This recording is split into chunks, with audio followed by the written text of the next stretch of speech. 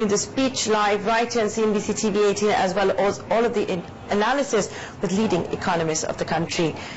From the path of fiscal consolidation, that's the advice P. Chidambaram has for his successor at North Block. Speaking to CNBC TV 18, Shereen Bhan, the former finance minister, says the government can't hold fiscal discipline to ransom just because it wants to increase public spending.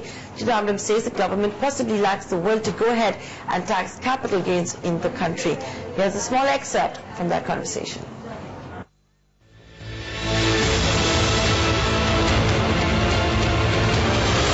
IRB Budget 2016, now or never, on the CNBC network. It won't be okay. I think they have paused for 1 year, which was a mistake. I pointed it out last year.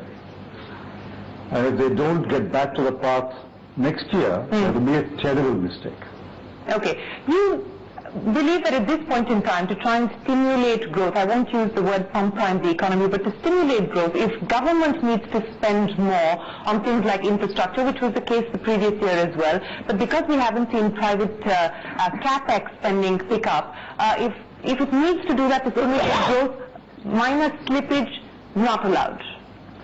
If you want to spend more, raise more tax revenues, raise more non-tax revenues, tap into the savings of other countries. The way to spend more is not through borrowing. So 3.5% must be sacrosanct.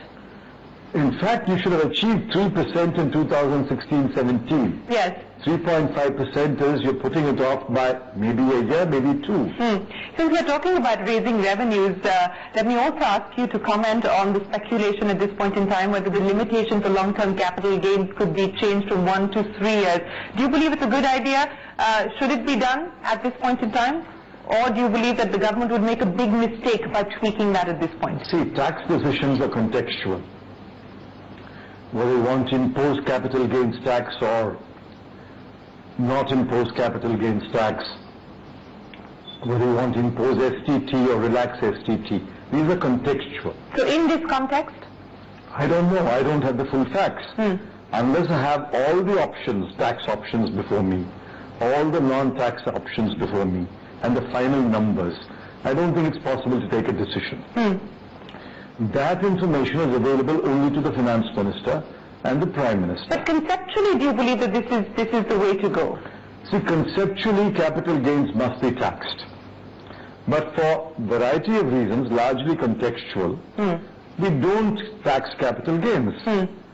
Otherwise, in most countries of the world, capital gains is taxed. So given the market volatility and investor mood and sentiment, you think that the timing perhaps would not be appropriate, even though conceptually it might make sense? I doubt if the government will summon the courage to tax capital gains this year. But what we saw in Lok Sabha, for instance, by way of the debate on the JNU issue, on the Rohit Vemula issue, political parties across the board, do they not need to rise above scoring brownie points and address an issue? This is a country of young people.